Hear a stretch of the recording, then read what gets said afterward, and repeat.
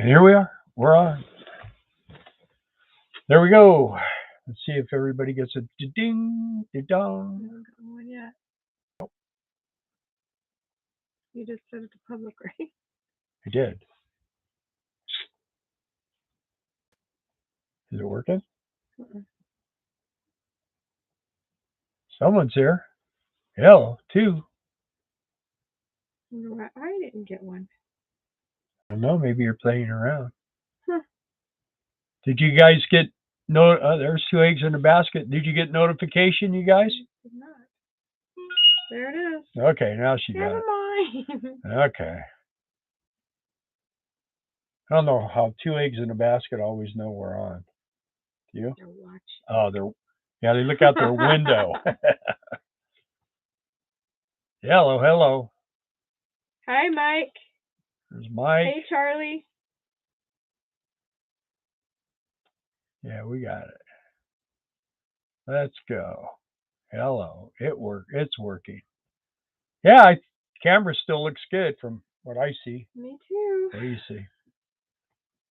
Jim, there's Jim. Good evening from Winnipeg, Manitoba. Bertrand, yes. He was our soloist. Yeah. Our entertainment for Courtside. Yeah.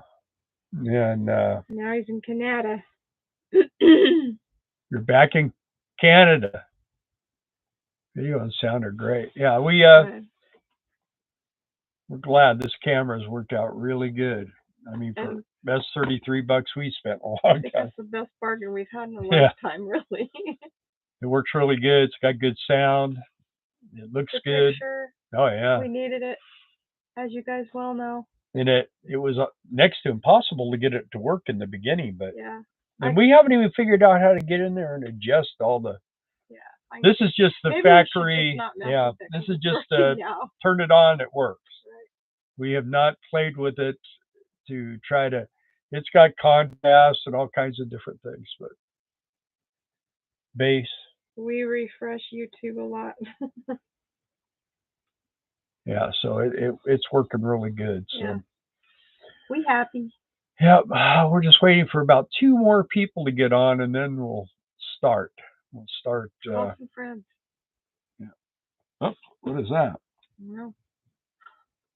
Oh, okay. I got notified. I usually don't get notified. That's weird. Okay, there we go. We made it. You're going to be live on YouTube. Why don't you watch you? Yeah, I don't know. I mean, I don't think I have to know, do I? Hey, Diana. Hi, Brad. Hey, guys. Well, first thing, I want to throw a little business up. The owner of the fireworks company is still looking for more people. So if anybody is interested in making a chunk of money, especially during these times, in a short period of time, might be a really good thing to get involved with. Darla has information. Been putting, in fact, our last regular video, we put the information on there. And in the description. So. And in the description, she'll probably do that on this one. Yes, I'll put it in the description also. So I talked to him the other day and everything's a go. We're leaving here the 11th and we're heading out to go to Kentucky and see what we can do. Hopefully we come back with a big bag full of money. That's my hopes. We've never done fireworks, so we couldn't tell you how it goes. But. We have talked to people who have done like little stands and stuff like that. I don't think the stand is long a commitment. I think it's maybe a matter of weeks as opposed. We're going to be going for 2 months. It's a retail location, and he does have retail locations like Sticks and Bricks. And he more also than just the one we're doing. He also said that when 4th of July is over, he usually likes to run them an extra week or two because a lot of people will come in and buy for New Year's and different things. So anyway, birthdays or crazy Friday nights. We're in Kentucky. We're going to Shepherdsville, correct? Mm-hmm. Shepherdsville, Kentucky. So it's like near Lexington and in that area. So hi, Mom. Hi, Dad. Who is that? Hey, Cindy. I told you not to call me Dad anymore. I don't want a bunch of old people calling me Dad. Hi, Cindy. How are you? That's my daughter, Cynthia Young, right there. Well. Hi, Phil. Fresno. Trey's here. Hey, Trey. We haven't seen you on the live. It's been a couple times, huh? Or were you here last time? You might have been here last time. What is Phil saying? Hey, Trey. Hi, Wendy. How you guys? So anyway, anybody that is interested in the fireworks thing probably ought to maybe also contact him pretty quick. They're not all in Kentucky. He's got Indiana. Wyoming, Indiana, Kentucky, Illinois. Illinois. He has several different states, so it's not just Kentucky. If that helps. We're just going to Kentucky. There's Rhonda. Rhonda Davis. Hey, Rhonda. Is here. Liza Jane is here. Hey, Liza Jane. I haven't seen you in a bit. Yeah, a lot of people are coming on tonight. That's great. So, and I have a question for everybody if you want to respond. Is anybody experience what we've been experiencing, where we have like 3 or 4 days of really rotten weather? Today was a beautiful day. It's perfect. Beautiful. Tomorrow is supposed to be pretty nice until tomorrow afternoon. And then we go into at least another 3 days, possibly 4 days of bad weather. I know Idaho Hillbilly has been just dealing with a ton of snow. Another of our friends is in Minot, and he's had feet and feet of snow. When it snows in Minot, you might as well just forget about seeing your car for a few days. And I think Minnesota has experienced the same from friends of ours we know. Yeah. Yeah. No one can plant their gardens yet. Yeah, you did. Yeah. Did you guys see my garden? My radishes are doing wonderfully. Yeah. See, but we got like a tub. A tote. But we figured something out. We're going to do an above ground. It's not an above ground. It's an elevated. Space, I have to build them. Which is not raised garden beds. It's waist high. Yeah. So. I'm thinking about making them like over her head. Okay. And then you could do this. Okay. Yeah. You won't even know. Okay. Dinner will be a surprise every night. So while we are still going to be traveling and doing jobs, when we get done with this fireworks one, we are coming back and we're planning on putting in a garden. So that's because so snow in Michigan today. Fireworks is that good. Still rotten in Virginia. Wherever Liza Jane is, it's 95. She must be in Arizona. Woo! Yeah, and then Sheridan, 2 eggs in a basket. It's beautiful where they're at. It is. Yeah. That's what I've heard. Yeah, we went down and did some street tacos with them tonight. That was good. Yes, it was. Yeah. Yes, Karen, Mother Nature is bipolar. It's exactly verbatim what I said just yesterday. Larry William Harris. 95 here in Surprise. We used to work in Surprise, Arizona. Trey, wind and snow, but nice today. Utah-Idaho border. Oh, yeah. Yeah. Hope you all had a great Easter. It was rainy as heck here. Yeah, we just stayed inside all day. But the thing is that, you know, we're, no. What do you, he has to go potty. No, he doesn't. Why is he was just out. Oh, he was? Yeah. Okay. No, you're fine. You're Katie. fooling me, man. Anyway, yeah, when the weather's bad, I mean, you know, we just hang out in the motorhome and sleep or watch videos or play with the dog or whatever. Darla spends a lot of time trying to figure out sourdough bread. Never gonna hear the end of that. Yeah. One of these days she'll get it down and I'll have sourdough breakfast bread every morning. But today I had to have a breakfast burrito. Poor baby. Well, it was good though. It was good, but I couldn't eat it. I had to eat it with a fork. Yeah, I didn't get the large tortillas. Oh, Joan and Lynn are in Oklahoma. Ooh, hey guys. Yeah, well, it should be nice there. It's kind of like here today, man. No. It is so green. It's unbelievable green. You guys are back in Oklahoma, Lynn and Joan? What? I thought you guys went north. Did you say enough of this and head back south? I'm thinking you did. The sunshine, 60 degrees now, 82 yesterday. Yeah. Taylor Rose. Hello, everyone. Hi, hello. Taylor Rose. Yeah, so that's been our experience. Has just been rain. But you can't have green without the rain. Yeah, and I've been working on a motorcycle. It was too cold. And it's been too cold, too windy, too rainy, all those different things. Muddy. But I finally finished it today.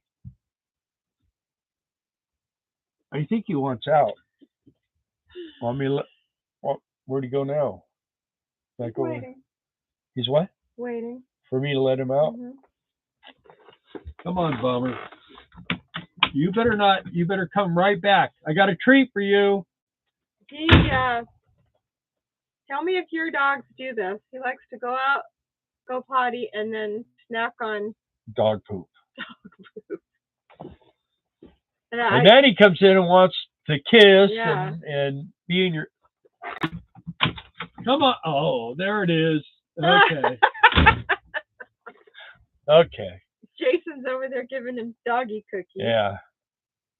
This guy is just, all he wants to do is eat. He's got it figured out. Yeah. Let me know when he's done over there. Boy. Oh, man. Well, at least he's not Come on. Dog poop. There you go. Get in here. Thanks, Uncle Jason. Oh, man. Every day he hits them up for a couple of treats, and then he gets treats over here, and then he eats part of my breakfast. Say hi. Did you get something to eat? You did? You almost starved to death, huh? I'll tell you what, this guy is something else. He's a very manipulative. He's just got everybody figured out. He just knows how to play the game and eat constantly. He's like, Dad, you're supposed to get me a treat. Huh. I'll give it to you after this is over. Let me see here. What are you doing? Oh. For those of you that would like the information to contact for fireworks now instead of waiting until I post it to the description on this video, if you have a paper and pencil, I'll give you a few minutes to get that, or pen. I'll give you the phone number and the guide. Or crayons. Crayons work too. Finger paints, whatever. Some people aren't allowed to have pins. They'll poke their eyes out or something. Sure. Danger to themselves. He needs a doggy door. No, he does. He doesn't need a doggy door. Not in here. When we do our... Yeah, building. We're working right now. We're working on getting things figured out on this building thing. And I actually had a guy over here the other day, and we discussed things, and he says the way to go is a pole barn. And he basically said that he gets the building up, gets everything ready on the outside, and then pours the slab on the inside once the building is done, and it tightens it right up, and it's like airtight around the bottom and all that stuff. So I have... No, you just went out. I know. No. No, I know. Anyway, so that's the plan. And we're trying to do this as much cash as we can. So if we can get a pretty good chunk of money making fireworks, I'd like to come back and get him started on it, get him building it. He builds like 3 or 4 at a time. So he's got 4 going right now. And I'm going to talk to him again before we leave. And hopefully there's Doug. Hi, Doug. Anyway, hopefully everything comes saw the cookie, yeah. to being, you know, where we can get this going. And then once we get the building up, we put the motor home inside, and then I can start working on the house. And once we get the house all done, then which is not a house; it's inside the metal building. It's a barn dominium, is what they call it. But I'm going to do something. It's going to be a little more like it's going to be a not part of the building. It's going to be off the floor. I'm going to use 2x6s to get it up, and you're going to be able to walk all the way around the outside of it when it's inside the building, and then that way be easy to repair, maintain, whatever. And the best part about it is and I think warmer than being on concrete. Oh yeah, definitely. Yeah, it'd be all. He's really on it tonight. It'd be all insulated real heavily and everything, and I think this is the way to go. And I kind of decided to move it up here in the front because it's a prettier view. Well, no, the thing was, you're not going to really be able to see too much when you're in it anyway. So the back doors will be there'll be two doors on the back and the one big door in the front, and then a little door to go out in the front, and then in the back there'll be the 14-foot door to drive the motorhome in, the 10-foot door for the shop, and then a walk-through door to walk in the back and be able to park in the back and all that stuff. So I think it'd just be better. People won't know what's going on in the neighborhood too much because I'm going to work on motorcycles. For those of you that were interested in the fireworks number, it's Sky Thunder Fireworks. The man's name is Mike KIMBERLING, and his number is 812-249-0879. Okay, do that again. Sky Thunder Fireworks. And it's Mike KIMBERLING. KIMBERLING. KIMBERLING. Okay. The number is 812-249-0879. Really nice guy. Really a nice guy. I will put it down in the description so you guys can refer back to it. And the thing is it's going to be a commission deal, which for me, sales. I really like being on commission because I always make more money if I'm on commission than if I'm on it. Now, if I'm working like at an RV dealer or something, yeah, it's a different thing. I prefer to be on an hourly wage because I don't want to get the motivation to pressure people. But when you're doing this firework thing, it's not like you're selling thousands of different things. You're selling just fireworks. When people walk into a fireworks place, they're usually there to buy fireworks. And the big thing is if you have what they're looking for, or even if you don't have what they're looking for, if they just want to spend money on fireworks so their kids can have a nice 4th of July, they have regular boxes where you can buy like already all ready to go, or they can buy individual stuff. And the place where we're at is going to have big screen TVs that show what the fireworks do and all kinds of stuff. So should be a pretty cool deal.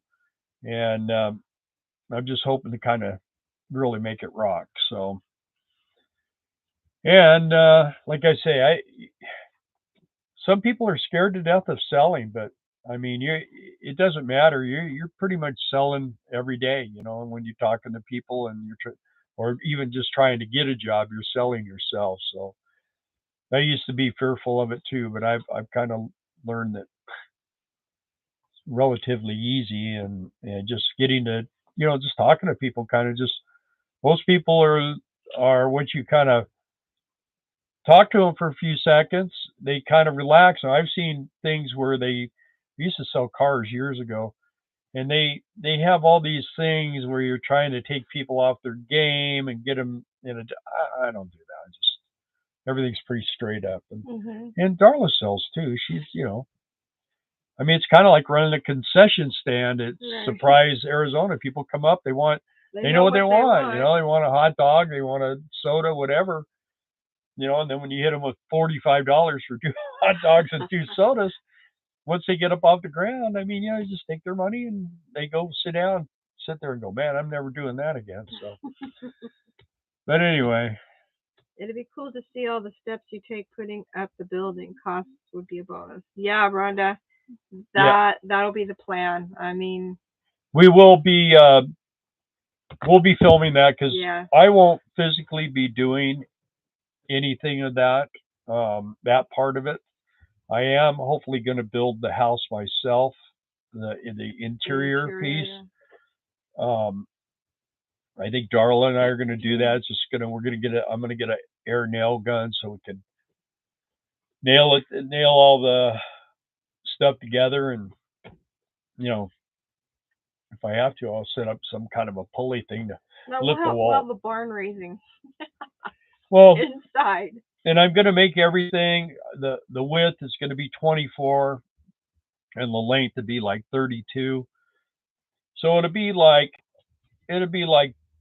a little over double the size of this motorhome, which we'll have probably, I haven't figured it out. Let me see, 24 times 32 is... We'll let you know, for sure. 24 times 32, let me see here. We do this. Calculator. 768. Okay, 768 square feet.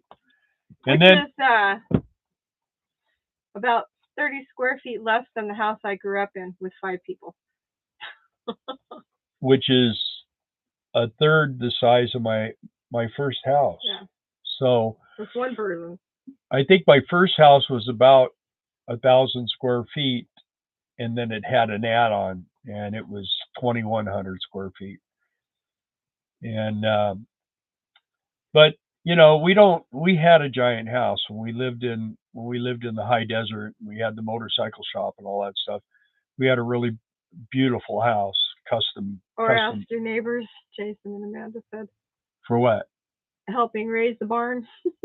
Yeah, well, they might be busy doing their own, so he probably doesn't want me to say anything, so I won't. I'll keep my mouth shut. But anyway, so anyway, I try, Jason. The thing is that it'd be nice, and it's going to be a little bigger than that because I'm going to add an extra bathroom, and I'm going to add a laundry room. But I don't want that to be part of the square footage. That'd be a different thing. That'd be like there'll be a hole in the wall, and you go into the wall, and there'll be a little square. So I don't know exactly how big that will be, but that'll work, huh? Washer and a dryer that's not at a laundromat. Yeah. Well, we're still contemplating what we're going to do out here with the shed, but we stopped on that. Because I'd rather put the money towards the building at the moment. We can always take that later and turn it into a tool shed or whatever you want to use. It depends on a lot of things. It depends on how much money we make. If we don't make a lot of money doing fireworks, then we're going to probably fix that up. Right. If we make what I'm hoping to make or more, then we're going to do the building. We're just going to rock and roll on that. And possibly if we make a whole bunch, we'll do both. So, but that out there will just end up being, it'll be a temporary laundry room. And then once we get everything set up in the building, we'll just move the washer and dryer inside so she doesn't have to go out there. And that'd just be like a storage place. So, and we won't need it for garage anymore either. Patty, hey Yanni. Hey, your favorite stalker is here. Who, Doug? There's Doug. Hi, guys. And I did see your sourdough thing this morning, and we just have had kind of a lot of things going on today. I needed to finish that motorcycle, and it's done. Yay! No, it's Johnny. Yeah. Don. Yanni. Oh. Not final yet. We like nail guns. Yeah, they make a great weapon too. Those CO2 ones. That's what the drivers in the oil fields were carrying when they told them no guns. You guys can't have guns. So they're just carrying nail guns in a box full of nails. Man, I wouldn't want to get hit by one of those things. If you're in close enough range, man, 16-penny nail go right in you. You know, so. Scared the illegals. Well, that's all they were trying to do, scare them away. They weren't really wanting to kill them. But anyway, So that's the plan. That's what we're doing there. And it'd be nice because then if people come over, well, they can stay in the motorhome. They'd have their own place, their own bathroom, shower. They have everything. They could just use the motorhome, like the kids, right? Well, we were talking too about building an extra Room bedroom. On the roof. Yeah, on the second story up. Yeah. Yeah. It's still inside the. Well, Right. maybe not. Might put them out. build a little fort. But yeah, just I'm excited about it. It was something new, you know. But a lot of it depends on, like I say, how good fireworks are. If we do have a 4th of July this year, it's going to depend on, you know, what's go. Boy, we're really going down here. We must be boring tonight, huh? Mm-hmm. Are we? Mm-hmm. Well, you talk. Tell them about bread. Tell them about your garden. We're dying here. Are we still on? We did. We lost. I know. That's okay. Weird. Oh, hey, now look Mark, at it. It's coming back. How are you? Hey. Well, there. We got someone there. Mark, you have the Johnny Cash panhead, right? I believe so. Yeah. Yeah, I was looking at that picture. It's it's definitely made up of a lot of stuff, a newer frame and stuff, but still a cool bike. A lot of these guys really go crazy on them. I don't know. My 65 still had the drum brakes and the old style front end and the old style swinging arm, and I had a lot of the original stuff, but I did a lot of customizing on it too. So I wanted it to look a certain way. And Mark said, "Yep." And Lynn and Joan said, "Can you hear me now?" Yes. Yeah. Because we were losing everybody. Yeah. And Jason and Amanda, your channel, I'm keeping out of it. You have suggestions, Jason? Yeah. So, well, Mark's here, so him and I can carry on a conversation for sure. I don't know if anyone else is in the motorcycles. Also, speaking of fireworks, we will have full hookups. Yeah. You know, so. Yeah, you have full hookups. Yeah. And another thing about it too is see my finger. You don't. He'll give you like kind of a salary thing that will come out of your commission if you need money. You know, I mean, he said that he would work with people on that. So don't be afraid if you call him up. Don't be afraid to ask about that. But one thing I do request is that you tell him that we sent you, because he will get a bonus if you send people to him. You'll get a bonus too. So anybody that's going, you know, that's how it always works. You know, when you did we did sugar beets, and I think even Amazon gave a bonus if you brought people. So.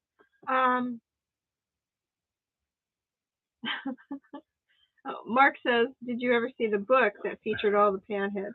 When will the third RV spot be ready? It's ready now. It just takes a tractor to get out. Yeah. Yeah, just call my brother when it's time to go. Did you ever see the book that featured departure? all panheads? I don't believe so. I had the book. I don't know if I still have it. I probably do. It's a big thick book, tells you all the different stuff and shows you the speedometers and kind of gives you. It's kind of a thing. Kind of shows you how to, you know whether you're buying the right stuff. You know, there's a guy right now at Facebook wanting to buy broken speedometers, original speedometers, and which that's pretty cool. I used to actually, when I worked in the car dealerships, I used to repair speedometers. I also meant to read this from Phil Presnell. Hi from Mackinac, Michigan. Geese and sand cranes are back. Bill, I just received 2 adventure motorcycles this week. I'll save one for you anytime you travel north to ride the forest trails. Oh, okay, yeah, those are those are on-road, off-road. You know, Harley Davidson's making one of those now for 2022 or 2023. I think it's a Sportster engine, but it it's one of those ones that's got the boxes on it and all that stuff for like camping. Um, I know BMW makes them. A lot of companies make them. So yeah. Oh, so Mark says almost every one of those panheads were owned by friends of mine, all one family, the Seavers. Oh yeah.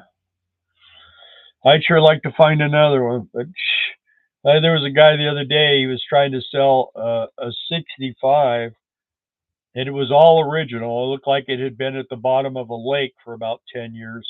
He wanted 50 grand for it. It's like, no way. I'm looking for something in boxes if I can find it. 5,000 mile service coming up on his bike.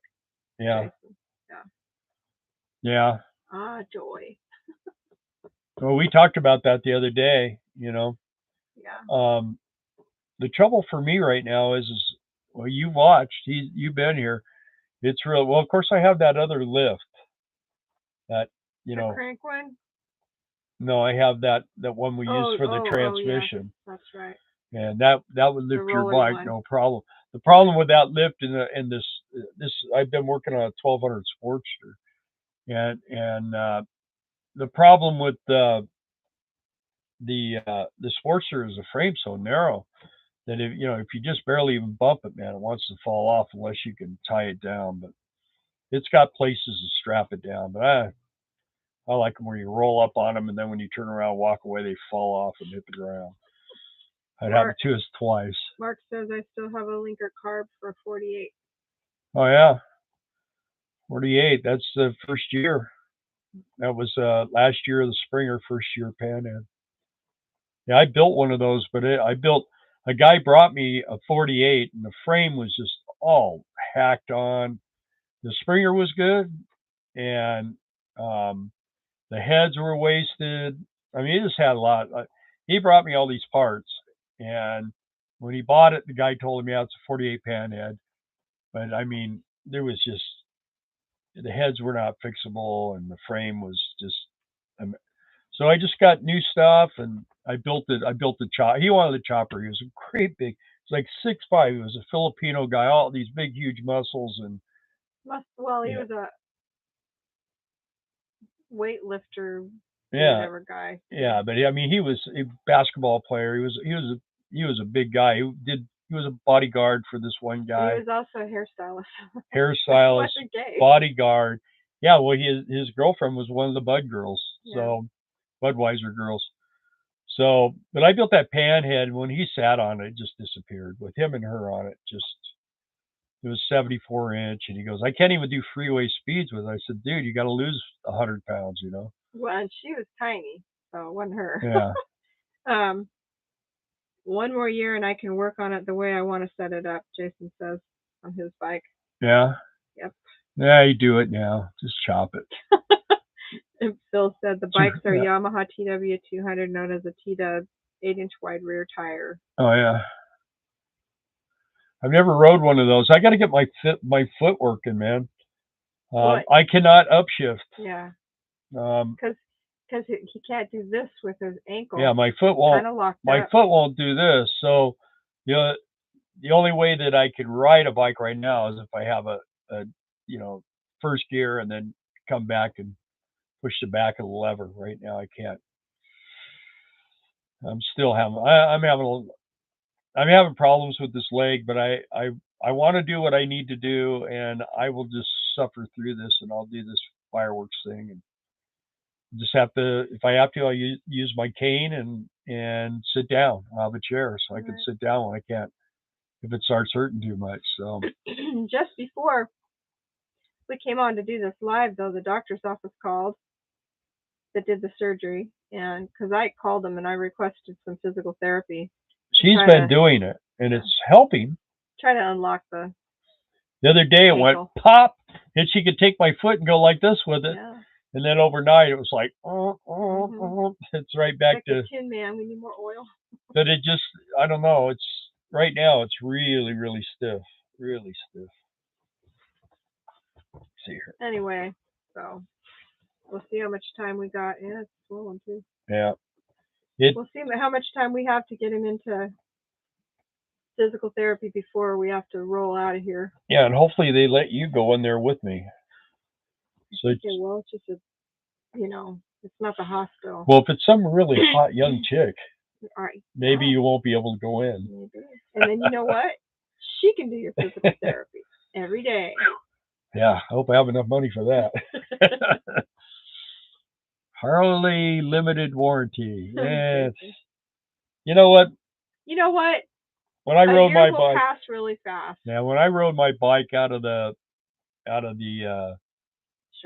shop, the dealer, I bought a brand new '89 Springer Softail. When I rode that thing out, that was the end of the warranty for me. I went home and started tearing it down right then. I used to put my bike in the living room on a piece of plywood. Yeah. Because he brought it home in February or March, and it was snowing. So. Yeah.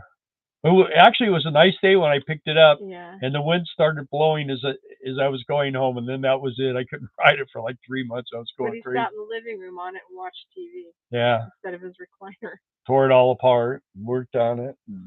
And yes, we had little kids. Yes, and they loved sitting on it too. Oh.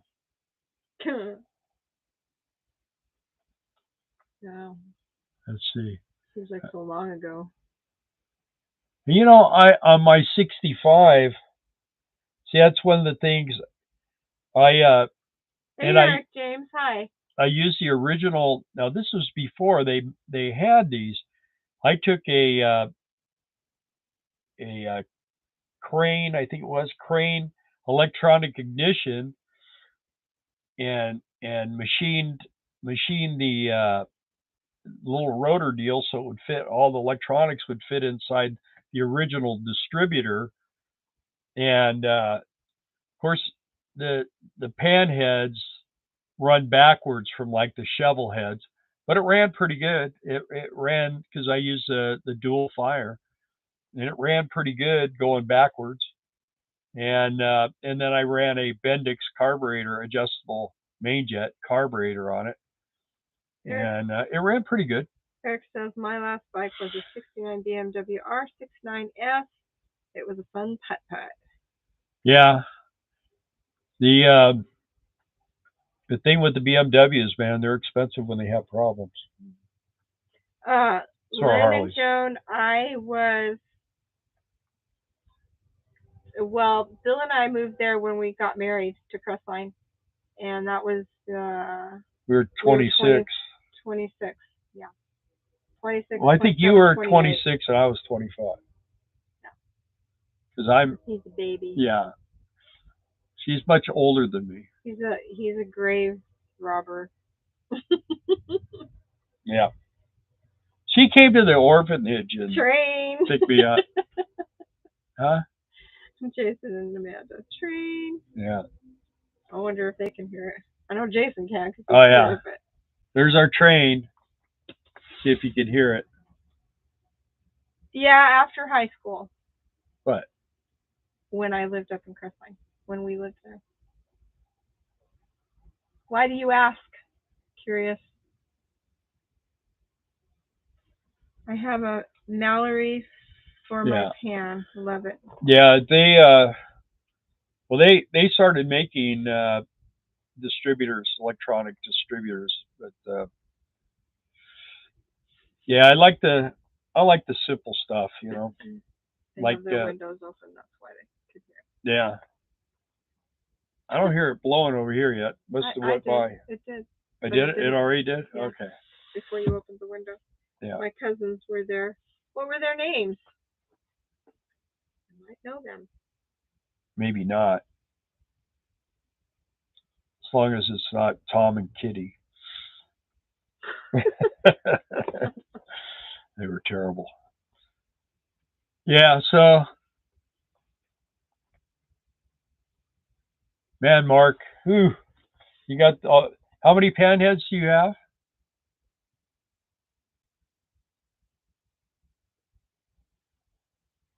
You had to reinstall a VOS, huh? Mine has automatic advance, so I had to install a VOS. Yeah, Yeah, I just put the centrifugal springs in mine. You know, the weights. we did not know any barns. No, No. one pan. Oh, okay. Honestly, Crestline, in my opinion, was not a good place to live. No, There were a lot of drugs up there, and there were no jobs, there were no jobs, and the and it snow snowed a was lot. hideous. Hideous. And I It was used to pretty go in the there. spring, and then in the summertime they had first stage smog alerts that came up over the ridge and pocketed down in Lake Gregory, and it couldn't go anywhere. So sometimes you couldn't even see 2 blocks away. It was so smoggy up there. I'll tell you how And then long. my mother-in-law lived a half a block away, Yeah, so that was not good. she could hear us talking. Yeah. Um, I I started going to Crestline when the song "I Got You, Babe" by Sonny and Cher first came out. One pan, What? one pan, one shovel, Oh yeah, one I like twin shovels cam ultra too. classic firefighter special. There's an old shovel here, and I thought the guy sold it. It sits outside, man, it's just getting wasted, and it was gone. And I don't know, he must have been riding it or he pushed it, put it somewhere or whatever. Anyway, it's back sitting out there again. So I'd love to get it. I like to get stuff where it's not wasted, destroyed. Especially if they're all together. That's the way I like them, and you can roll the bottom end through and stuff. Then I'm good. One twin cam, ultra classic fireman firefighter special, so it's definitely red. And then we used to have a friend we rode with. He had one of them cop specials where it was a two-tone blue, and man, people would just give him the finger and everything else. I was like, he wasn't a cop, but he had bought that bike. I said, we need to paint that thing, man. I like this color. My Okay. favorite past bike was 71 Triumph Daytona 500 Twin, so says. Oh yeah, I remember, man, when I was a kid, I liked those Triumphs too. I had a Triumph 250 that a guy gave to me, but the front end was like underneath the bike. And I never could fix it, so it just kind of went bye bye. Someone bought it for parts or something.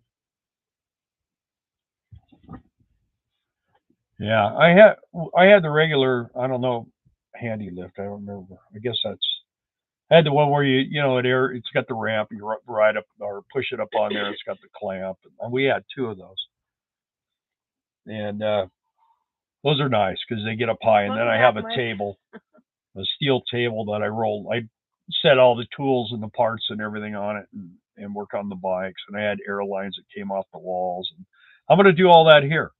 I mean, I'm going to make it really nice. Shop's going to be awesome. Maybe I'll get a 1200 Sportster and turn it into an off-roader. Who said that? Jason. Oh yeah, hey, there's one out here. It's already an off-roader. It looks like it's filthy dirty. I mean, the rims, the front rim is rusty. It's a custom, so it's got the 21-inch front wheel and the 16-inch mag wheel on the back, and it just all rusted right, in the groove of the front wheel. Everything's rusted, like even where like the little screws and bolts are set in. You can tell it's pocketed water and they've all rusted. Well, the thing is with this bike is they're stainless. I don't want to get too far into it because the more I do on it, the more I find wrong with it. I mean, I pulled the carburetor off. I changed the intermediate jet. It had a torn boot, that the carburetor slips into. It has a CV carburetor. And I got the carburetor working good, and then I got it all back together, and it was like blowing black smoke. And what it was is the choke cable is busted right on the, by where you pull it out. So I had to actually bend the bracket that's part of the frame, which I hate to do, but I had to bend it a little bit so it would take a little tension off so it could return all the way. And that fixed the blowing the black smoke and loading up. Hi, Teresa. Said it was a Monday. She'll have to watch the replay. Eric Jones. I had a Harley Davidson topper scooter, but a friend wrecked it. That's a bummer. Phil, I had a Bonneville handlebars and shorty TT types. Yeah, TT. Mark, I have a buddy that's really into Harley dirt drags. Oh yeah. Harley on dirt does not compute in my head. They used to race them on Yeah. at Speedway over there in Victorville, and Yeah. man, those guys are crashing those nice bikes. And man, I think what happened is they went and they started drinking, and then about a little into the middle of the race, the Speedway bikes came off the field, and they asked if anyone wanted to race, in the Harley Speedway. And these drunk dudes would get out there and just crash these dressers and stuff. It's They like, don't have that anymore, huh? I don't know. I don't. I mean, I remember that stuff used to happen all the time. Right? Yeah, it used to be every Saturday night. I think it was in the summertime. I know Randy used to ride in. Yeah, he would be the one to ask. Yeah, it was impact blue, and I chromed it out to the max. Yeah. Mike said he had a 1200 Sportster. Mike, make a van bike. A twin tire rigid. A twin tire? What's a twin tire rigid? Maybe I've been out for too long. I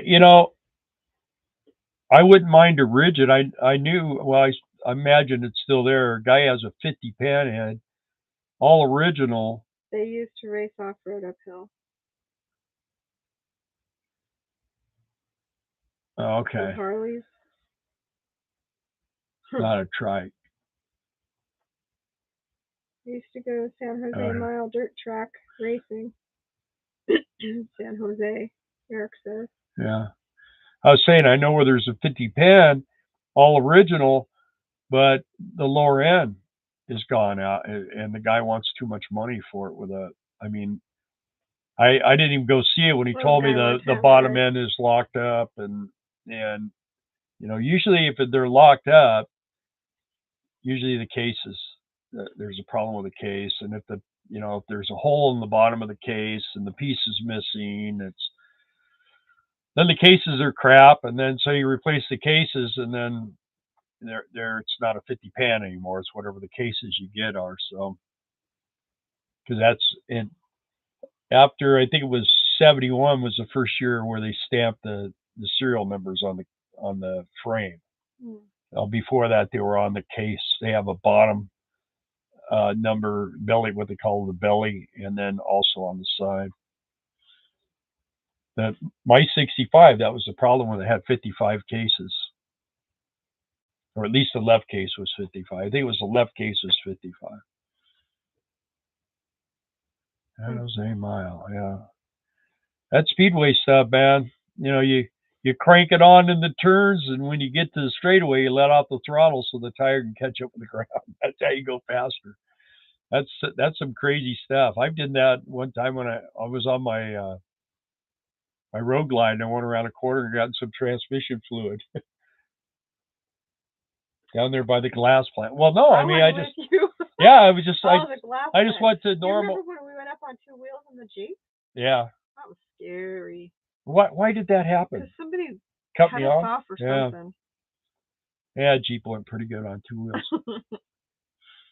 Yeah. Is everyone well, see, we're up. Start talking motorcycles. Yeah. Yeah. Well, that's what chats are about. You can talk about whatever you want to talk about, right? Let's see, your bike was a 72 shovel. I bought that thing out of some guy's garage. Hey, Terry Burns. Terry Burns is here. Original drifter, Mark says. You are an original drifter? No, the way you... Oh, yeah. There was a motorcycle club where we were at called the Drifters. Yeah. And they were a family club for about 6 months, and then they started getting crazy. Yeah. They were fun. They had a lot of good parties and stuff. We went to those back in the day. But got too serious, huh? Always does. Yeah. That's the trouble. I did. I didn't want to be in the motorcycle clubs. I mean, I knew a lot of guys and had a lot of fun. I would ride with them and stuff, but um, I didn't want to join anything, especially when you have a business. You know, you got to Well, if you join a club, then you're kind of obligated they to everybody in would that love club. to have had him Yeah, because he was a mechanic too. So I had a couple. We're on yeah. we're coming back from I think I've probably told this story before too. We were coming back from Laughlin, and we pulled this little town, Newberry Springs, to get gas, and there must have been what 50 Mongols. I mean, they were everywhere, and they were all just they weren't getting gas or anything. They were just all kind of parked off to the side, and we're getting gas, and I hear this guy talking, and his bike was broke down, and I and they were like, man, you know, we got to get out of here. We've been here 2 hours, all this stuff, and I told her, I said, I think I know what's wrong with his bike, you know. She goes, you think so? I said, yeah. So I walked over and I said, hey, I don't mean to get in you guys' business. I just thought I'd come over and say I might know what's wrong with your bike. And this one guy steps up and he goes, yeah, you don't need to get in our business. You need to go mind your own business. I said, okay. So I turned around and started walking away. And the guy whose bike's broke goes, hey, man, if he thinks he can fix him, let him look at it. And then he goes, hey, come, you know, and the guy, you know, it's like stood up, you know, kind of let me walk by him. And I went over, it took me about 2 minutes. That bike fired right up. And I mean, they were handing me cards and, hey, we need a guy like you in the club. They love it. Yeah, they were really excited about that. I'm sure they had guys, but that knew how to work on bikes. But When they Mark just weren't said working. original drifter, he met you hitting the tranny foot. Oh yeah, Mike, that road glide got all over the place, man. But it's straightened up. Squirrely whirly. Mike, the kids and the grandkids are good. Now, yeah. Next weekend's time to visit. Yeah, she's going for what, 3 days? Yeah. Yeah. And then I'll be home alone. Have to massage his own foot. I have to massage. Well, no, I might have some hot chick over here doing it. That's right. Just in time. I need to borrow some money. You have insurance. That was close. You have insurance. Yeah. You don't need money. Yeah. I have Medicare. She'll be going, hey, Grandpa, I don't need I'm gonna rub your foot and then you're gonna hobble out of here. I'm gonna wheel you out to your car. Yeah, well, that's what happens. You know, I used to be really cute when I was young, and look, don't grow old. This is what happens right here. Yeah, he did become the original drifter. Yeah. At least in that moment. Yeah, that old road glide, that was a running machine, man. It had it got wrecked. The road glide? Isn't that what he smashed, or was it the Springer? It was a Springer, I think. Okay. I don't know if the guy lived, yeah. Yeah, what happened is when I went to buy the road glide, I put my Springer up for sale, and this one guy bought it, and he never had a bike, and he didn't know anything about bikes, and I think it was just too much for him. And he goes, you know, my wife's threatening to divorce me and all this stuff. And so this one guy came over. I was working on his bike, and I told him, yeah, I sold my Springer to this guy, and he wants to get out of it. He wants to get out of it. And he goes, man, I always wanted that bike. He goes, who is it? Give me his number. He went over and bought it. And he crashed it like right away. And he brought some funky fender over and wanted to know if I could make it fit on there. I go, that fender I don't think will fit. Anyway, I heard later, he was a cop. I heard later that, and he was one of those kind of cops that drank so bad he looked like tomato face. You know, I mean, his face was all red, and he was always had that alcohol breath. And I think he went down on it. That was the end. That was a great bike, man. I loved that bike. I had a lot of fun on that bike. It's hard to see the bike you used to love getting trashed, and they bring it to you to fix it. It's like, oh, man. We used to do a lot of insurance work. That was a big thing. We did a lot of insurance work. And yeah, we've seen some pretty nasty bikes, huh? Mm-hmm. And I used to keep the parts, and then I built my son a bike out of all the wrecked parts. Yeah. I had a Springer was like, I mean, it was the Springer was just went like this, and I took it down to Dr. John and tested, and he straightened it, and he didn't even damage the chrome. It looked just perfect. Yeah, he was good. He had the machinery to do all that Yeah, stuff. yeah, he was in that. He had a room, and he was good friends with Great White, the band Great White, and he had all their gold records and remember that? Had like a little waiting room thing, and yeah, it was That would pretty have been a interesting. good video. Yeah, that would. Yeah, it was pretty. That, and he was into aliens. Yeah. He was a different Yeah. kind of a guy. Yeah. And anyway, he kind of ended up being mad at me because I took him down to frame the straight The guy for never picked Dave, it up. and Dave couldn't pick it up. So I finally, I said, well, what do I owe you? And he told me, and he says, I'm charging you an extra $20 for storage. I said, okay. I sent it to him, and then Dave, so I want to buy that frame, and so I sent him down to get it. And I said, just go pick it up. It's paid for. So he did. Yeah. Yeah. We're not getting any more questions or anything interesting. No. You guys have to participate. This is a participation sport. Any RV things? Did anyone see Class A today? Class A living. He was in the snow. He was. I Yeah. didn't watch it. He's got all his steel. He cooked 2 hamburgers, fed some birds, and almost cut his foot off on a piece of steel with his bare feet. That was all that he did today. But he's gonna start building his steel box, I guess.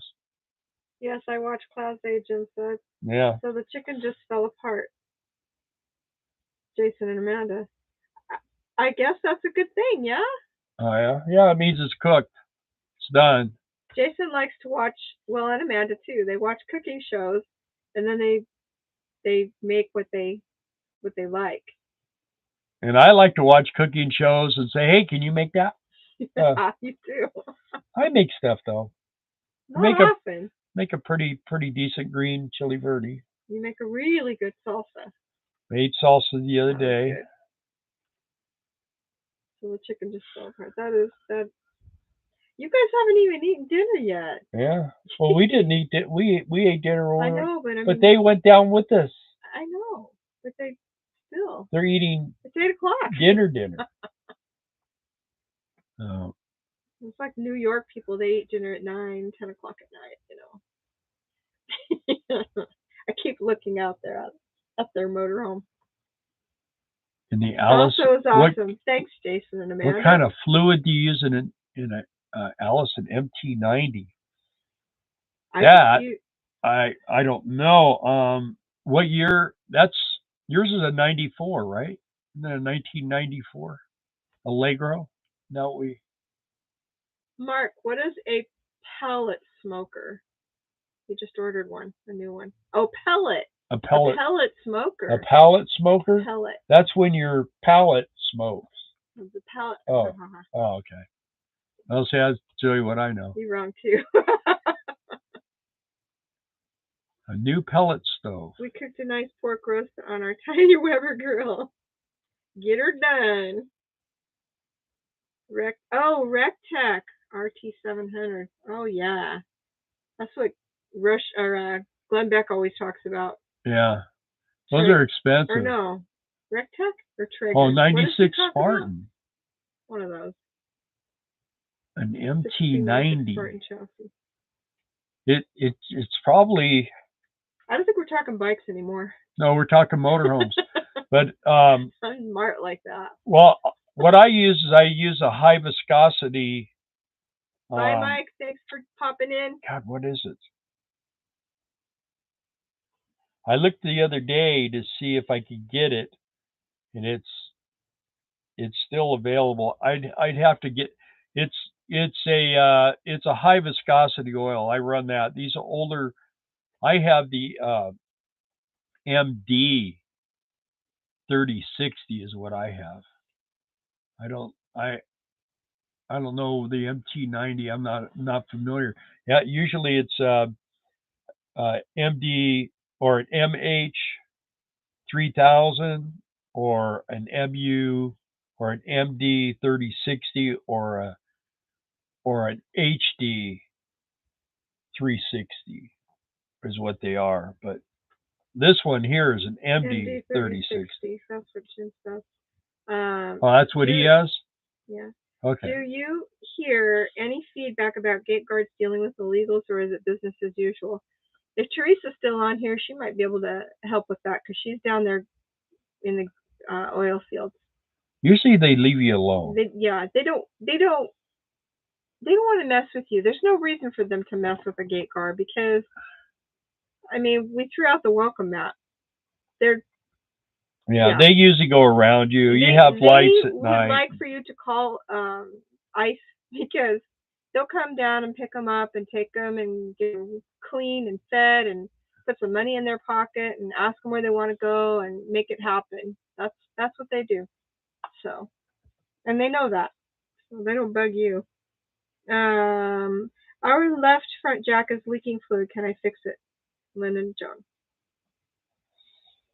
Well, I had a guy there in California I used to go to, Jason, and he would rebuild those. He would come and take it out, and rebuild it. You need to find a hydraulic guy. I don't think you can do it because you basically have to take it out. You have to pull the unit out.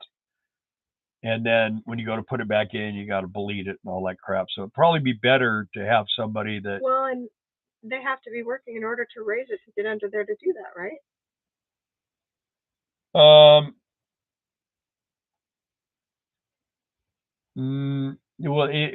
when you start it, it airs up, and then they could just put a jack under there. They could, there's a way to do that. But you've got to have a hefty enough jack to support that weight too. Yeah, well, yeah. Got to have like a 40-ton jack or 20-ton jack.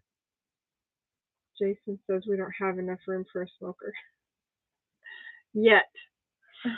Yeah. No, don't be blowing it.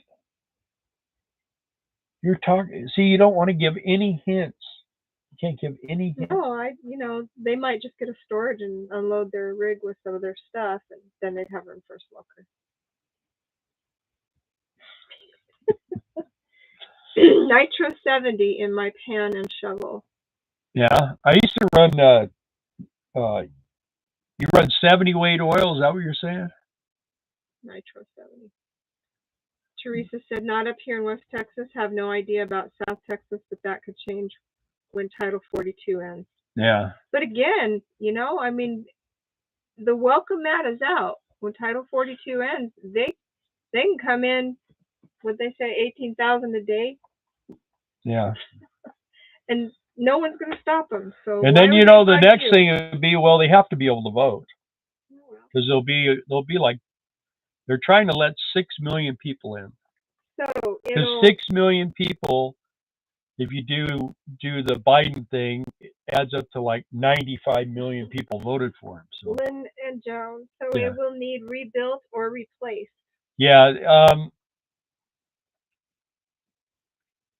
I don't even know. I think Jason used to charge about $300 to rebuild. Come and take it out.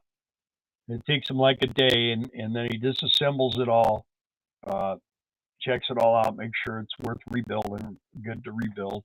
And then he puts new seals in it, puts it back together, and then brings it back, puts it back in, and bleeds it out for you, which is a really good deal. And hope your slide is also on the same hydraulic jack. They don't have a slide. No. Lynn and Joan don't have a slide. Remember, Jason? Mark says, yep, engine and trans. Yeah, so 70. I used to run... President Taylor Rose says. Yeah. I used to run Torco V-twin oil, and I ran 60 weight in my pan, and I ran, in the summertime, straight 50 in my Evo and my twin cam. And then in the wintertime, I would run like 40 weight. 30, either 20, 50, or 40 weight. But most of the time, I like to. I wasn't afraid to let my engines warm up for a few minutes and then ride easy for a few miles until they have a chance. Because I mean, basically, the only reason why you need any kind of oil pressure in a Harley is for the lifters and to feed the top end. Hi, The Vince. the bearings are on a drip irrigation. Vince Simmons. Who? Hi, guys. Hi, Vince Simmons. Oh, hi guys. Hi Vince. Taylor Rose said we need a different president. I call him the resident Yeah. in office. Well, I don't know. We're trying not to do politics. Although I think we're all pretty much. I think there's not too many Biden fans anymore. I know that much. So the people that did vote for him, they're not all out there cheering about it. But I mean, nobody knew. Lynn and Joan were just here. Diesel hit 501 the other day here, but it's back down again to 467. Is it? Something. They change it here. It changes every day. Like sometimes multiple times a day. Oh right, sorry, forgot. What? We had an old Winnebago on the. Oh yeah, slide and the jacks were on the same system. Yeah, Jason and Amanda. So you know how to start that panhead when it's cold, right? One kick. You know how to start it. Kick starting 70 weight in the winter is not a good thing. What is? Kickstarting at 70 weight in the winter. Yeah. Well, in my panhead, used to always blow out about a half a cup of oil every time I fire it up. You could electric start wouldn't start it on a cold morning with that 60 weight oil. So.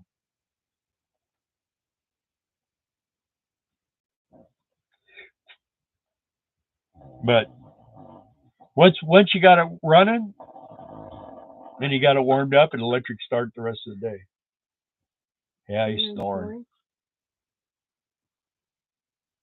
What?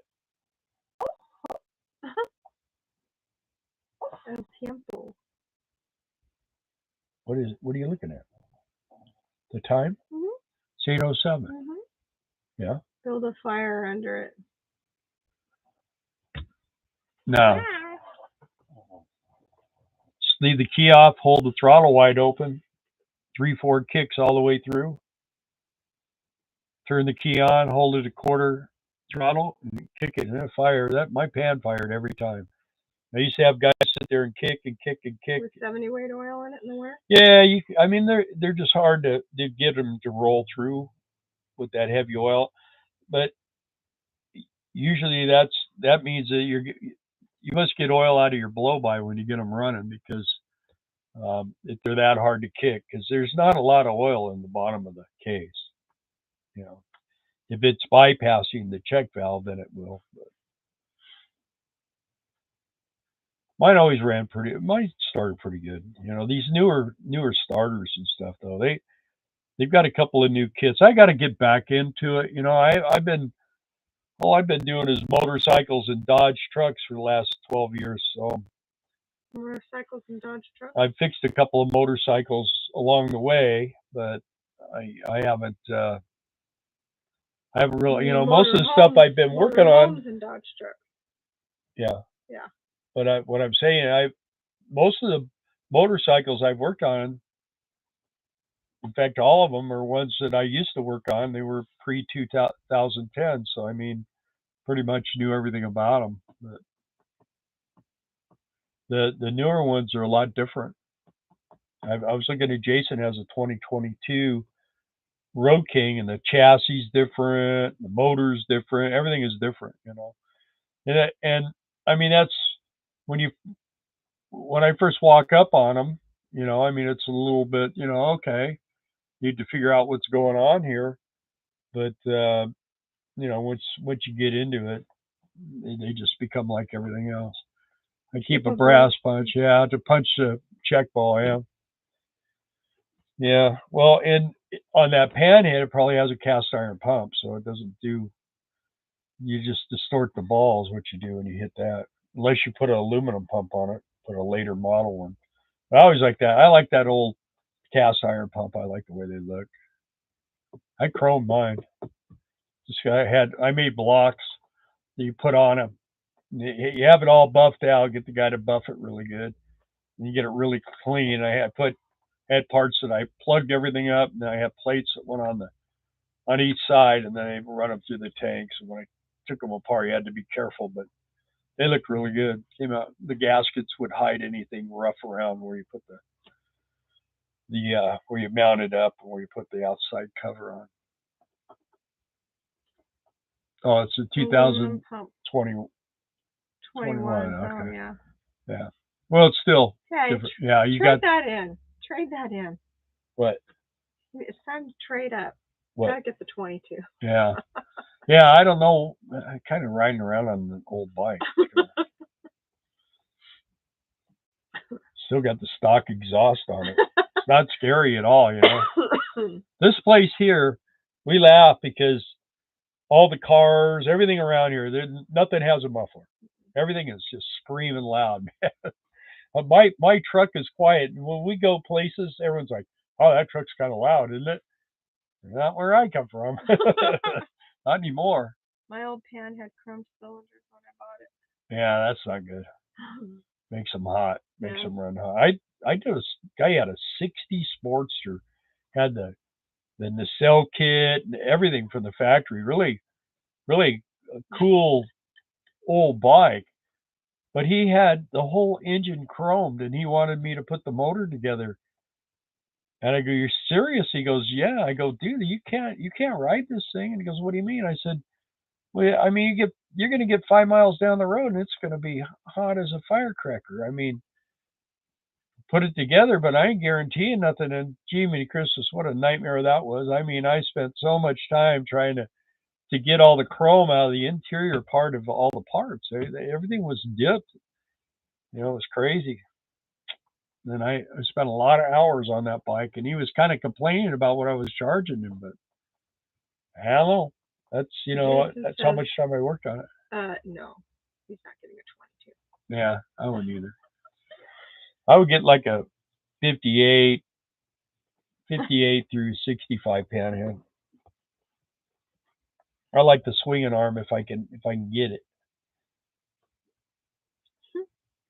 And everybody's making a kit for those 58s and for all of them anymore for electric start. Have to work with Harley to change the pipes and bars. I guess. It got in California. That's another reason why I just finally got fed up with it. But I mean, you couldn't use lead weights on wheels. They sent you these plastic weights, and they were horrible. Oh, they were flying off all the time. And then the pipes, if you wanted to change the pipes, the guy had to bring his bike in with no license plate on a trailer, bring the bike in and drop it off, and I would take pictures of the bike, change the pipes. I never had to do it because no one wanted to do it, but change the pipes, and then he could come and I take pictures of it. He could come and pick his bike up on the trailer, and if he rode it, it was on him. But if the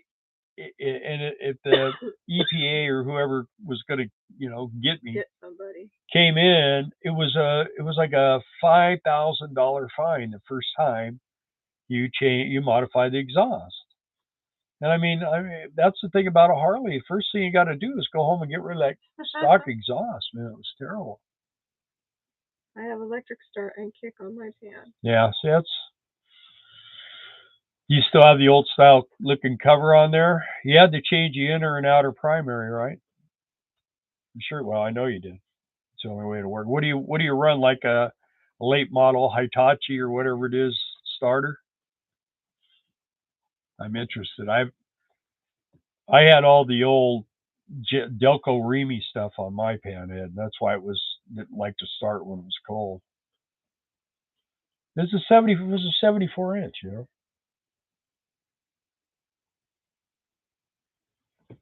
We're not losing anybody on the motorcycles yet.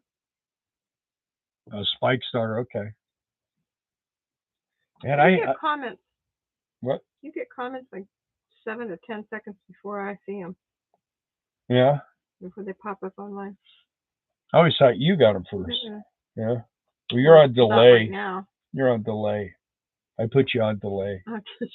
In case I say something. Yeah, say something wrong, I can delay you. Well, you guys bored? Or you what? Maybe a Cobra or Reinhardt racing pipes. Yeah, I like the Vance and Hines were pretty good. And what I ran on my Road Glide is I ran a Super Trap 2-in-1, and I ran 24 plates. It ran good and it sounded good. When you were riding easy, it was pretty quiet. But man, as soon as you got into it, man, it made a lot of noise. Sometimes I feel like it's better if you're heard because people just don't see you. Maybe their ears work because I know their eyes don't most of the time.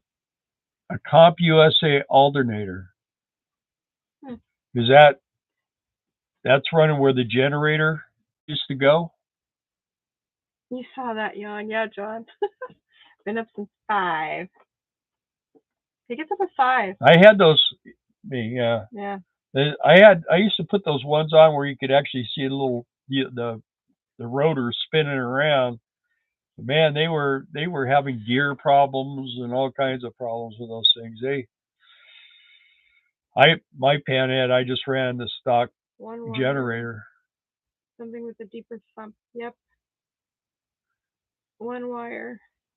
Yeah, but does it go where the original alternator went, or do you have an alternator left case and a generator right case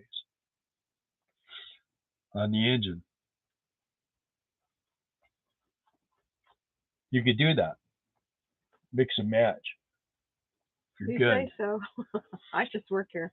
I used to put Evolution flywheels in shovel heads and use the 82 through 84 shovel head pistons and made them rock, man. Okay, where the generator goes. Okay. Yep. Well, I got one of those first generation alternators, and it was probably only about maybe 5 or 6 inches deep. It wasn't like the full size generator, but it would actually snap inside the side cover. The gear would either the shaft would break or I just kept having problems with them.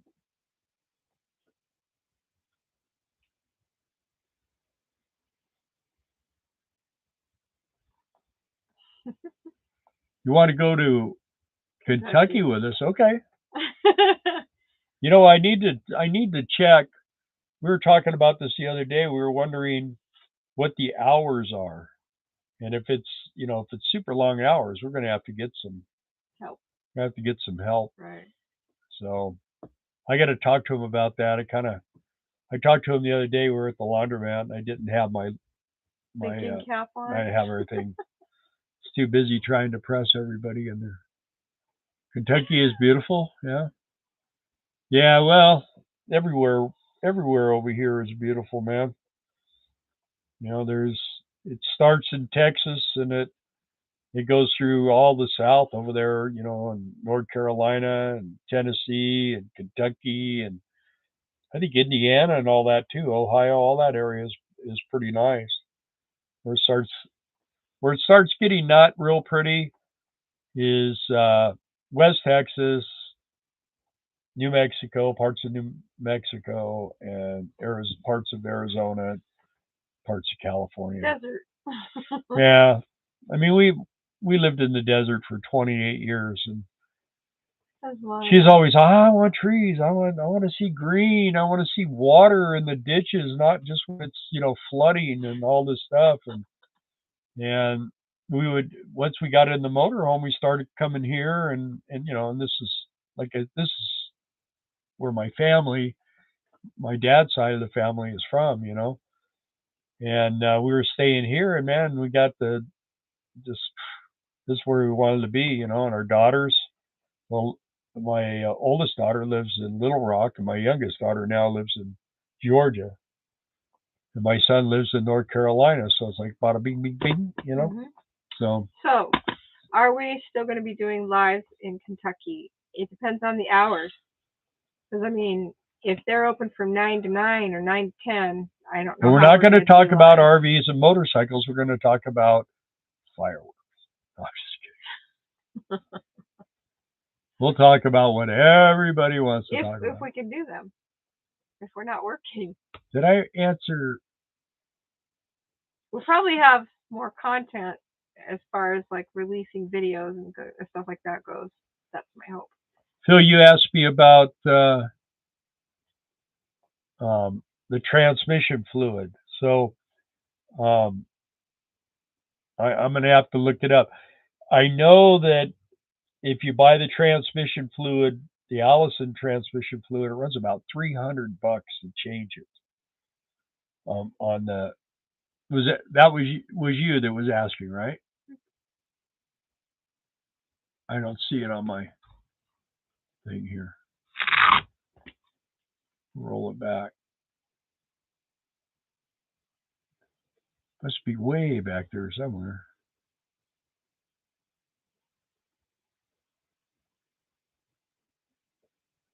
Transcend is a brand.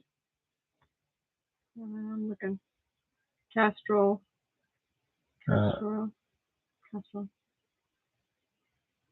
Man, we got a lot of chats today, huh? Mobile Delvac.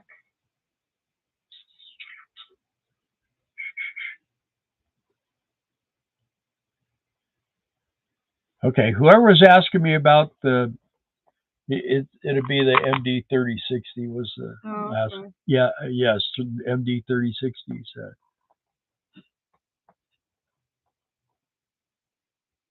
Oh, okay, it was Jim. All right. Bertrand. Yeah. Yeah, I see it there too. Yeah, so yeah, you're gonna want, if you can get it, high viscosity. I didn't run the Allison transmission fluid. I run some other stuff. I got a buddy of mine who's a tranny guy, and he's a tranny. No, he's not a tranny. Whoops. It's a transmission guy. God, this world anymore. You got to be careful everything you say. I mean, nobody says, "Where are you going?" I'm going to Disneyland. No, you're not, you perv. You know, so pedophile. Anyway, do you need to use synthetic? You said. I use synthetic. Fond memories of firing cherry bombs from slingshots. Still. Yeah, it takes like, I think, 24 quarts, 6 gallons for the transmission. And I've gotten to where I use that Lucas stuff and everything. I use a little bit of the I use about half a quart of the transmission, Lucas transmission, and I use a gallon of Lucas oil treatment in my engine. So, but I try not to change it to that in the wintertime. I try to, if I'm going to change it, the transmission fluid. What's going on here? There you go, Cage. The engine, because that Lucas makes that engine oil pretty thick, and as I'm putting the oil in, I'm mixing. I'll put a quart in, put about a half a quart in a gallon jug, and then dump it in. I don't use it in the generator though. The generator, I've just been using I use the T4 Rotella, which is hard to get, man. That stuff is really hard to get anymore. Hey, Maddie, how are you? Let me, Jim, I'm going to run outside real quick. I'm going to grab a bottle. Grab a what? I'm going to grab that transmission fluid that I have. I think I still have one bottle left. Hang on, I just got to put his shoe and I'll give him the name of it. Yeah, I can't wear my shoes on. You need a flashlight. No, I got lights outside. It's right. It's in this one right here. Okay. I know right where it's at. All right. I see you woke Cage up. Oh, poor dog. Snoring over there is what he was doing.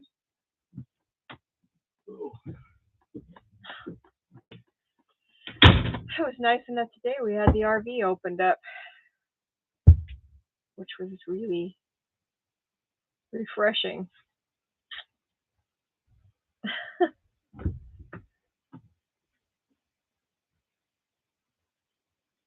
You know, Maddie, better late than never. We appreciate everybody that comes in.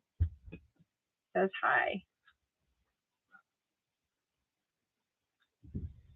So, Phil, I hope you didn't throw those cherry bombs at anything dangerous.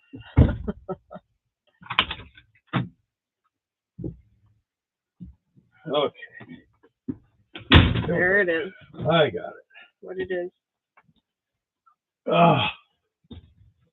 Been down there in that cupboard for a long time. What is it?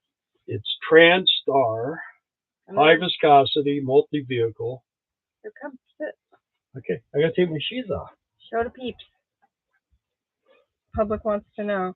Everybody, go find the oil that he uses in the transmission of the motorhome.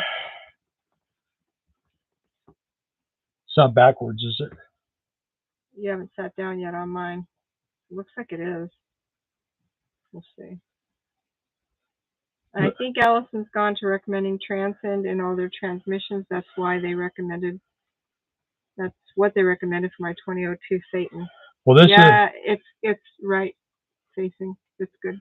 This is a TransStar high viscosity multiple vehicle full synthetic automatic transmission fluid, and it's like at 20% of the cost of the Allison oil. Cindy said, "Dad's belt buckle, my childhood." Yeah. Let me use the restroom real quick. Yeah, Phil, we're hoping to, be able to do a few videos. I mean, I think we're supposed to be there 6 to 8 weeks, so we'll see how it goes. See if there's time to video anything. I mean, how much fireworks can you see? I don't know. We'll see how that works out. Maddie, people, yes, we're talking about their last motorcycle they had, their favorite motorcycle they had. By all means, share if you want to tell us what your passion is for a motorcycle. What have I missed here? It was cold in Kentucky today, a high of 47. I better warm up by the time we're headed that direction. I don't like cold. I'm done with it. I appreciate that it doesn't snow. It hasn't snowed for a while. And when it did, it was like here and gone. But it's time for spring to make its entrance. All right, you're like stealing the whole show, aren't you? Mm-hmm. So. Can you see here? You may. Please do. Yeah. I'm back. Cherry bomb slingshot. What did I miss? From tree fort to tree fort.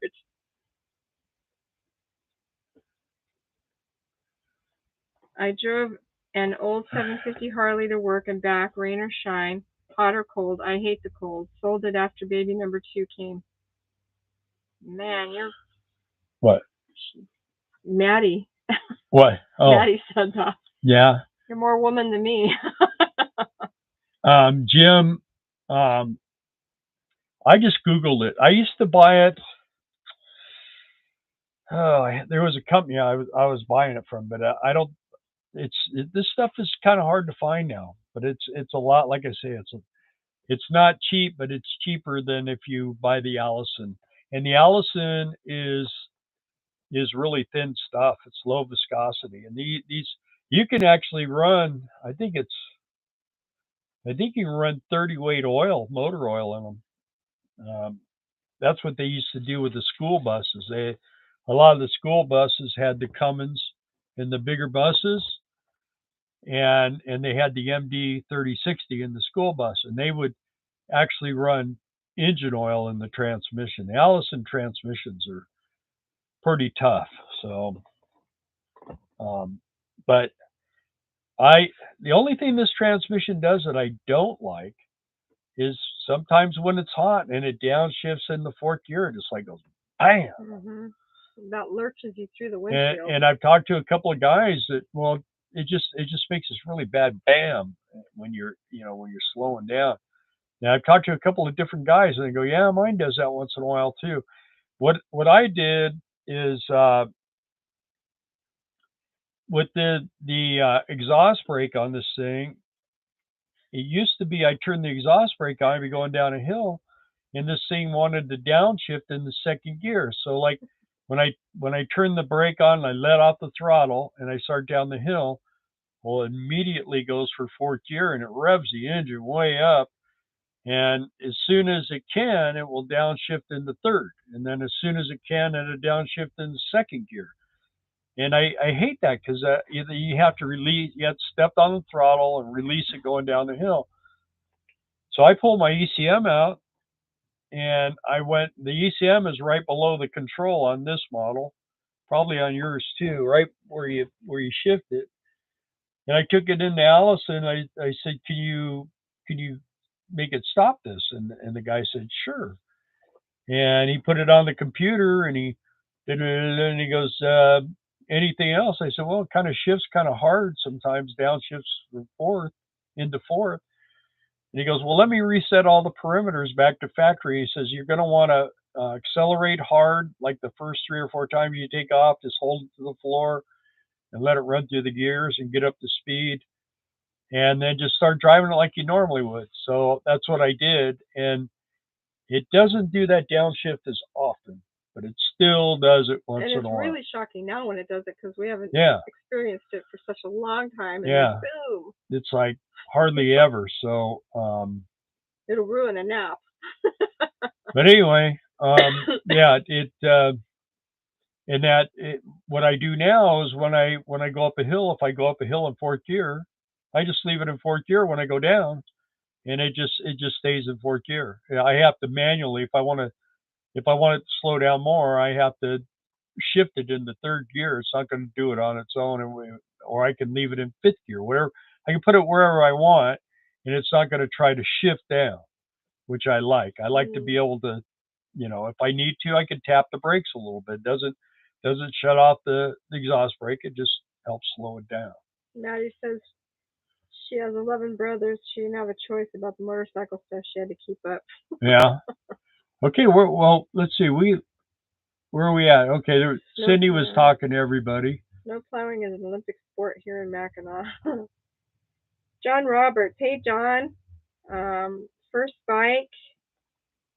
64 Suzuki 125 premix, first Harley new. 92 Fat Boy, last was a 2016 Harley Road Glide Ultra. Okay. Those Fat Boys are awesome, Maddie says.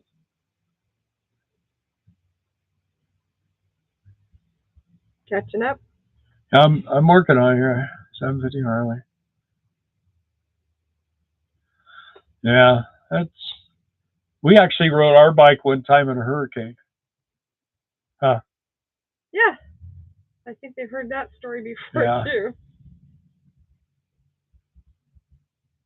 Hey, Maddie's just bragging about what a tough biker she is. She is. I wouldn't mess with her. Yeah. I've ridden my bike in the snow a couple of times, and I didn't like that either. Up there in Wrightwood. Yeah.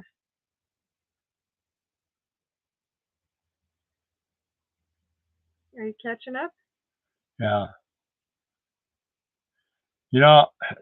What's funny is I bought my Road Glide in 2004, and I brought it home and did some stuff to it. And my buddies would come over and they go, dude, why'd you buy that ugly bike? A stationary fairing, I go, they called it a geezer glide. Yeah. But they didn't like that the fairing didn't move. And I said, that's what makes it nice, man. You get out on the road and you catch that wind and it's doing this to you. On this Road Glide, you get a little bit of this action, but you're still going the same direction. I don't have exhaust brake and I have manual 6-speed shift control. Yeah, it likes to stay in third and fourth gears on any grade and against the wind. Jim said about his It stays in third and fourth gear. Motorhome. When you're. It likes to stay in third and fourth gears on any grade or against the wind. Yeah, well, against the wind, it should run at least fifth gear, I would think. Finn and Hobbs say hi. Who does? Finn and Hobbs. John Puppy. Oh, okay. John's Hobbsy has to have a surgery tomorrow. Yeah. Sucks. We're praying for him. Yeah, ours. Of course, this motorhome is very aerodynamic. One time we needed to have that rear window replaced.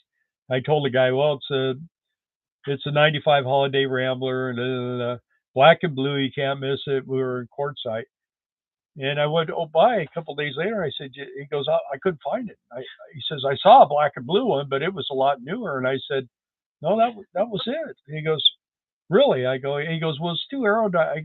This thing is really, it's kind of timeless. It's a pretty cool machine. Yeah. And I don't know, they're usually, if you see them, they're just beat the crap and the stickers are all stupid and everything else. That's another reason why we need the shop, because if I have the shop and I know I have 6 months, I'll repaint this thing. I'll make it really look beautiful, but I can't be rushed. I just can't be rushed anymore, especially doing now. this.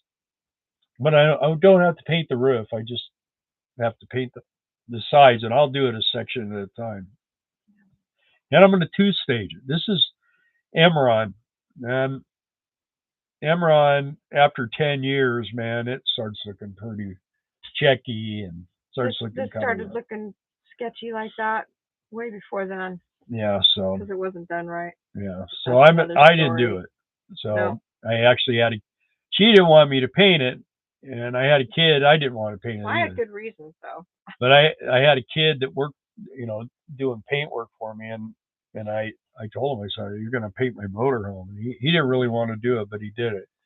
And I mean, it came out, it looks okay. If you stand back far enough, it looks great. We call it a 30-footer. Yeah. Paint job from 30 feet away. It looks great. And I'm constantly, got the touch up, where's my touch up? It's down there in the thing. I haven't messed with the push button gear selection on my Allison transmissions, Jason said.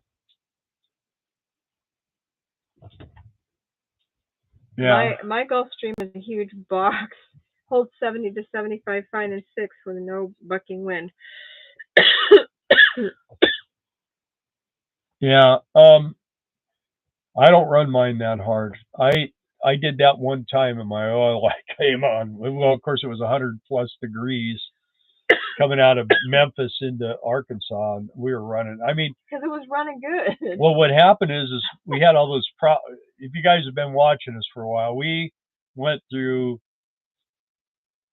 HE double hockey sticks. Okay, this thing, I put Coney shocks on it, and once I put the Coney shocks, it felt really good for a short amount of time, and then it started vibrating. And I mean, it was vibrating so bad that it was like somebody was knocking on the steering column. So I went, and we had the front wheels. The wheels, we had the little, when my brother and I put the tires on, we put those little silicone bags in the wheels. What, like weight? Well, they just kind of balance as you drive. And this thing was just shaking like crazy. So I took it in to Southern Tire Mart. Great place. If you're ever on the road and you need tire work, down here, yeah, they're all around. They're in Vegas and everywhere. Anyway, I had to do the front wheels, and they balanced them up, and that helped. And we were driving, and it was a little better. And I thought, well, it feels like it's coming from the back now. So we hit another tire mart probably, a month or so later, and had them do the floor in the back. And we started driving again, and it got even a little better. But it was still vibrating. I mean, and it was vibrating so bad that she would look at me like, why? I mean, the Why whole did we overhead's spend all going that like money? this, and it just wasn't. The roads are bad, but they weren't that bad because it was even on a smooth road, it was still shaking. So we're at my son's In North Carolina. in North Carolina, and when I bought my tires, I bought 7 new tires, so I had a brand new spare in the back of the truck. And I looked at the one tire in the front, and it was like wore out and bumpy. And I go, well, I bet you that's the problem. So, oh, and in the meantime, we got this central balancers where you put them on there, and they're a balancing system, and that even made it better, but it was still shaking. And I looked at this tire and I went, oh crap. So we found another Southern Tire Mart. What? I said it. Okay. Oh, darn. So we went to this Tire Mart, and I told the guy, I said, I want to put this new tire. I think I put it on the left front, and then I took one of the rear tires and took it off and put it on the front, put the front tire on because the wheels are turned different ways and everything. So anyway, they got them all back on, put everything all back together, and we get out on the road, and it was like a magic carpet ride, man. This thing was just, And we sailed. and we were passing all the trucks, and I mean, I was screaming along. I was doing probably 75. Which we never Yeah, do. which I never do. But And we so pulled darn off. happy that it was smooth. We pulled off into because I needed to use the restroom. We pulled in. As soon as I pulled in and got down to an idle, the oil light came on. So I shut it off, and I thought, oh, what did I? what? Oh, darn. Anyway, so I went, checked the oil, but it was hot. I could tell everything was pretty hot, but the temperature gauge wasn't running hot. So we let it cool, and there was a couple of truckers, and they were doing something. I went over and I told them, I said, I was running my rig. I was running pretty hard, and I pulled in, and my oil light come on. He goes, well, you can't run them that hard, especially on a day like today. And I said, yeah, okay. He said, just let it cool off, it'll be fine. And it was. I started up, and everything was fine, and we got back on the road, and I run like 65 miles an hour, and it never had a problem. But what I did is I got an oil temperature gauge, and that was a little tricky to do. Yeah. Because I ordered a sensor, and there's a drain plug, and I have one of those shut off and on valves, so I can intermittent, do a little oil and dump it. And anyway, I got that, and then there's another hole that's about midway up, and I thought, well, that's the perfect place to put this sensor. So I needed to change the oil, so I drained all the oil out of the motorhome, and the sensor it didn't fit. The hole was there was no hole in there, and where I was trying to find. So I took that plug, and we took the sensor, and we found this machine shop. And I told the guy, I said, here's what I want done, and he says, you're looking at about $20. I said, great. He said, I'll get it for you. It'll take me 3 or 4 days. I said, okay. I didn't want to wait that long, but okay. So I left it with him, and he machined it and tapped it and the whole thing. And I put it in, and the wire, I had an extra wire that was running from the front to the rear, and I tapped into that and ran it down. And now when I'm driving, I can tell what's going on with this thing because I got the coolant temperature, I've got the oil temperature, and I have the transmission temperature. And I can tell by if the tranny temperature is coming up and the coolant temperature is coming up, and that, especially that oil pressure or oil temperature gauge, it really tells me, okay, you got to slow down. If it gets too hot, then I'll pull over and I'll just park it and let it cool off. I haven't had to do this since I've had that gauge because it's real time. And I had that on my Harley. I had an oil temperature gauge too. And I could watch it because we pulled a trailer behind our motorcycle, and I had the coolers that went down along the frame, and they helped. But that trailer was heavy, and on a long, long hill with us and the dog and all the stuff, And rain-soaked gear. Well, usually it didn't get hot in the rain. It got hot when we were right. going when it was dry and hot. So yeah, we definitely that's a good thing to have. And I put it in the dash. It looks like it came there. It looks really nice. It's a little bit different than my regular gauges, but it lights up the same color and everything, so it's not bad. I need to get a brighter bulb. That's the only thing. The bulb's not as bright, so. But it works good. I have a lot of things in here. I have that gauge, and I have a. We're surrounded by RFIDs. Yeah, I have like right now, the converter shut off, and it does that. It kind of cycles, and then it will kick back on. I can see my truck batteries are at 12.7, and my house batteries are at 13.0. And when it kicks back on, the truck batteries will go to 13.2, and the house batteries will go to 13.4. So I just kind of watch that, and then I've got my voltage in, what's going on here, and I got my weather station over here.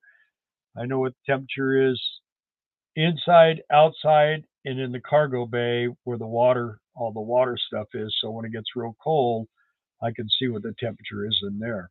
So I just like to know what's going on. I mean, if you know what's going on, you can deal with things. You're not going to hurt things. But that this thing should have a boost gauge, and it should have a pyro gauge, but they don't.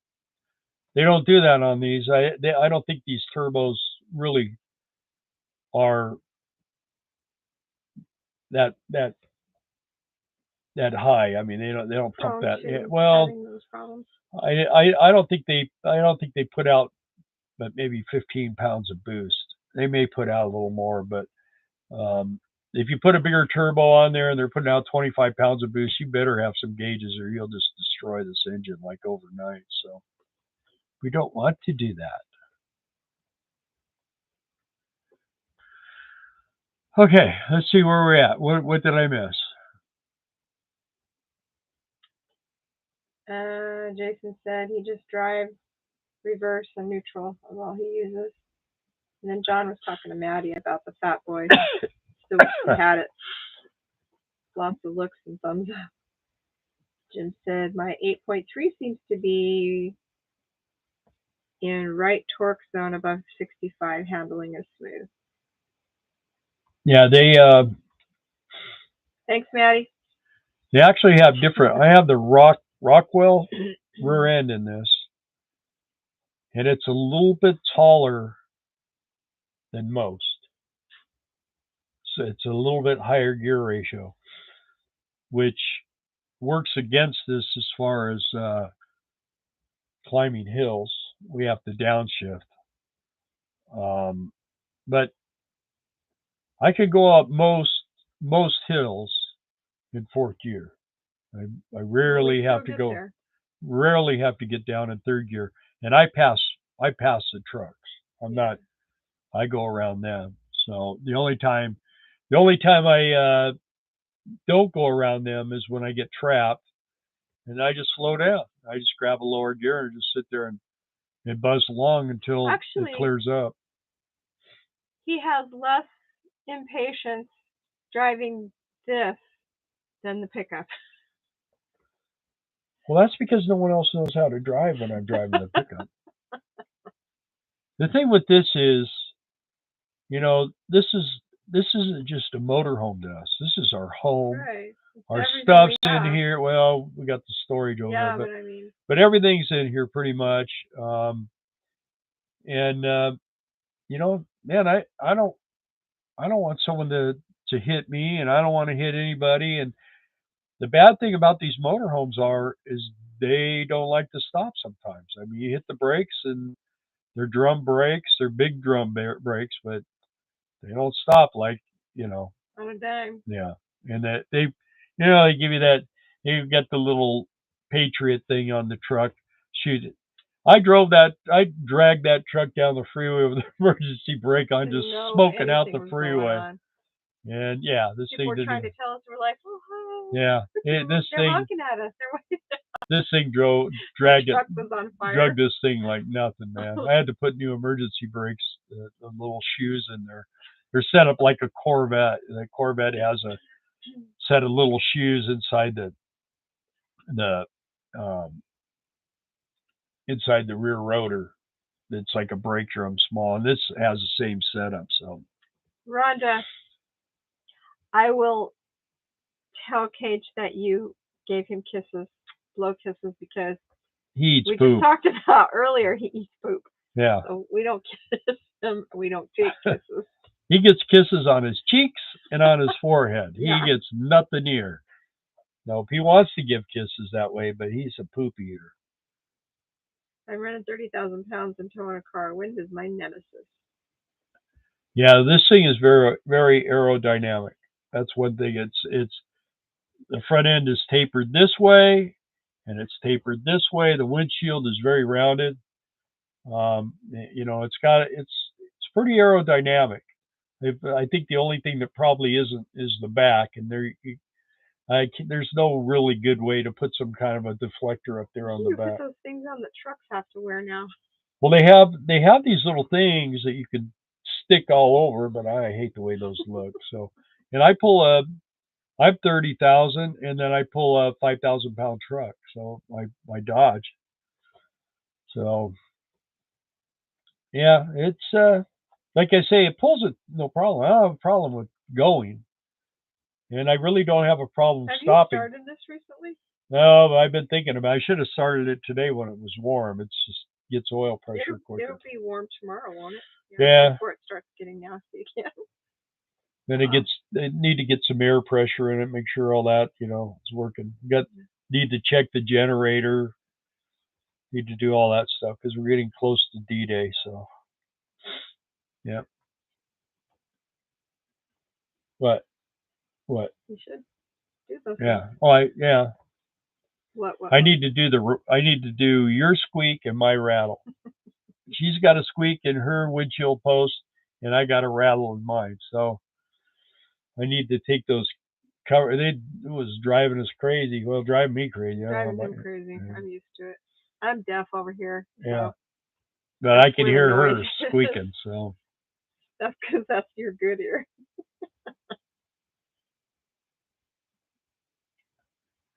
So everybody's talking to everybody else. No one's talking to us. Like the Fat Boy.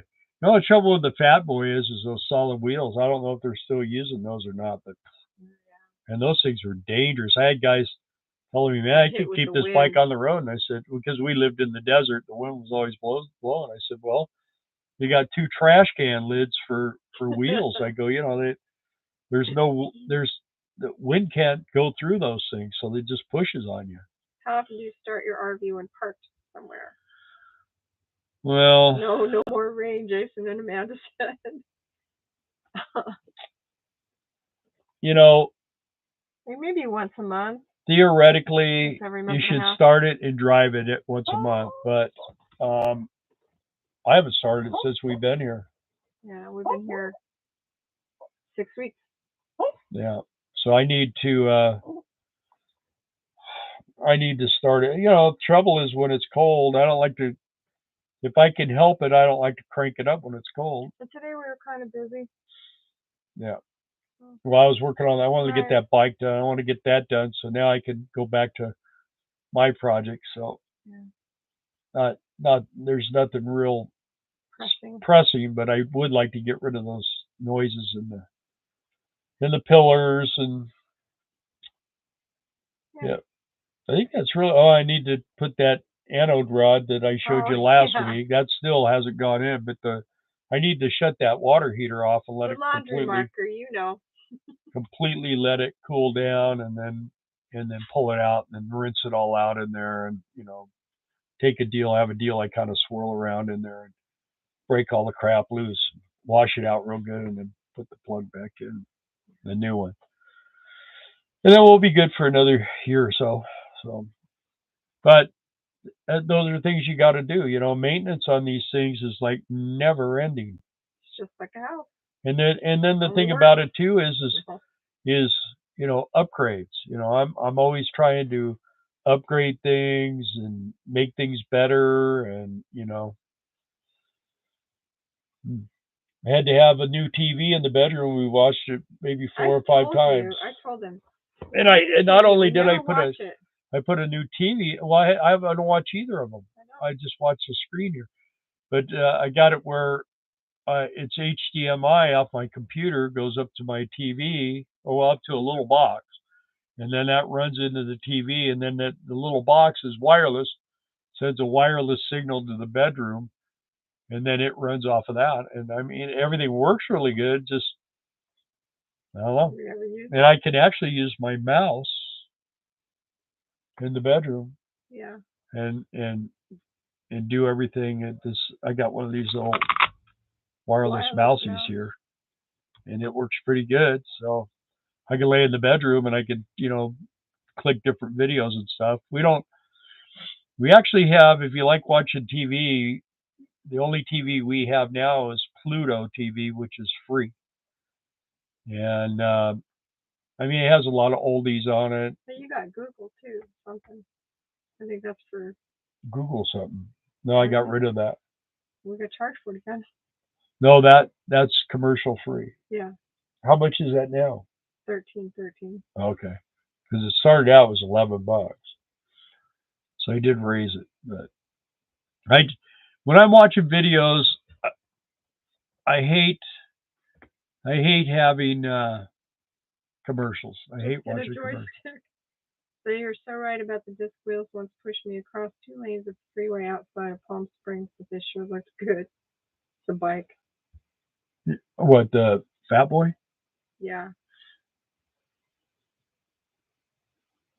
Yeah, just 65-inch TV John has.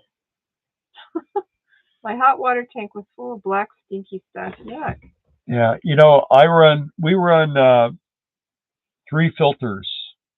I have a sediment filter, and that is my sediment filter sets here, and my regulator, and it's an adjustable regulator with a gauge on it, sits here, and then I have a 90, and that's where my water hose hooks up.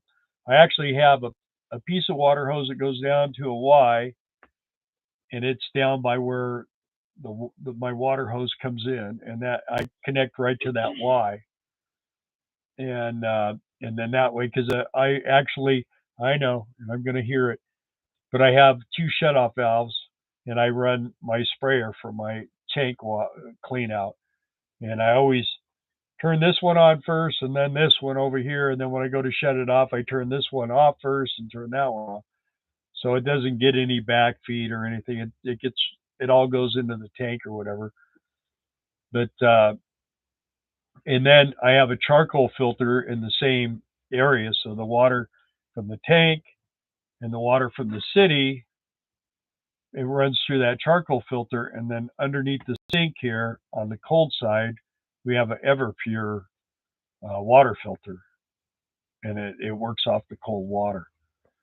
So, but the water tanks, the hot water tanks, you always got to make sure you turn it off and let it completely cool down so that it's not warm at all. And then I like to loosen the drain plug while it's still hot, just kind of make sure it'll move, and then shut the tank off and just go do what you're going to do and come back a couple hours later. It should be pretty cool. And then you can dump all the water out of it and go from there. But you want to make sure you shut all the water off to it too. So I changed all of this thing. Had winterizing stuff, and we don't ever winterize it. Yeah. So I fixed it so that it works better. So you're right about the disc wheels. What's pushed me, yeah. 2 lanes of highway. Yeah, I mean, I used to take those wheels and get them polished. In fact, you had a Fat Boy wheel on the back of yours, and I took it and had it all polished up. It looked really, really nice. On the back, it's not too bad, but on the front, just like those bat wings, like I was talking about with the Road Glide, you don't have the bat wing, so you don't get a lot of this action. You might, it's more like a car where you kind of feel this kind of stuff. One thing I didn't like about the Road Glides was Jeff's bike. Yeah. It had that single headlight, and it just looked. No, it was the double. It was a double. We headlight had double light headlight was too. it? Yeah. Anyway, I didn't like the look of his fairing at all. Well, it was his was older. 04 was the first year of the aerodynamics. That's when they had more of a weird looking shape. They actually looked like they were kind of like turned down or something. And then in 04 they came out with the new fairing. When I walked in the Harley dealer and I saw the new Road Glide, I was checking it out and I was like, yeah, there it is. That's the one. I went home and told her. I said, man, I want a Road Glide. We're gonna run the water tank until it dies, Jason. Just removing the anode rod didn't flush the hot water tank. Had to use that flushing attachment to flush the gunk out of the hot water tank. Couldn't believe the stuff that was in there, said Jim. And Jason said they're going to run theirs till it dies. Yeah, well. Because they've got that rod stuck in there. Let me tell you something, Jason. That rod will disintegrate, and there'll just be like a little stick in there. And it's metal, so I've got a magnet you could probably fish it out with. Yeah, but it's stuck. The thing that's screwed in is stuck in there. So how are you ever going to get that out? I'd have to see what it is, but there's always a way. Believe me.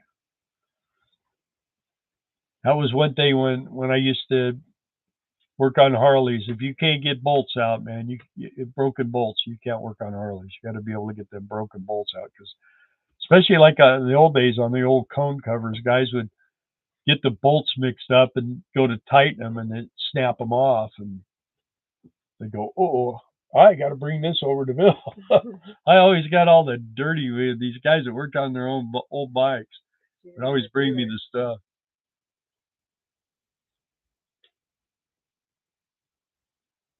Easy out. Yeah.